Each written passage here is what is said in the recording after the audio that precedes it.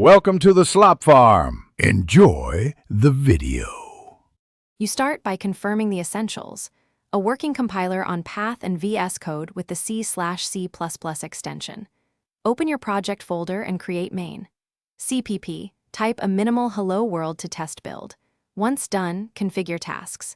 JSON quickly, define the compiler command and output binary, then press Ctrl+Shift+B to run the build task. This gives instant feedback and ensures IntelliSense sees your headers, which prevents later diagnostics noise. Next, set up build and debug. Add tasks. JSON to invoke G++ with std equals C++17G and output an executable, then create launch. JSON to attach the debugger to that executable. Make sure include path matches your project and external libraries.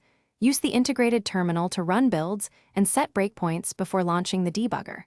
This workflow gives fast iteration and meaningful stack traces, so you can inspect variables, and add watches to verify logic. Finally, perform a complete run-through.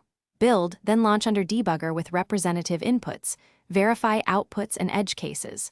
Once stable, add format on save, linting rules and snippets to speed future work.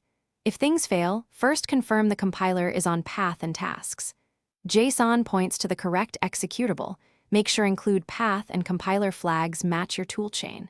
If IntelliSense or debugger misbehaves, reload the window or disable conflicting extensions and retry the build. Thanks for watching. Consider subscribing if we helped you today.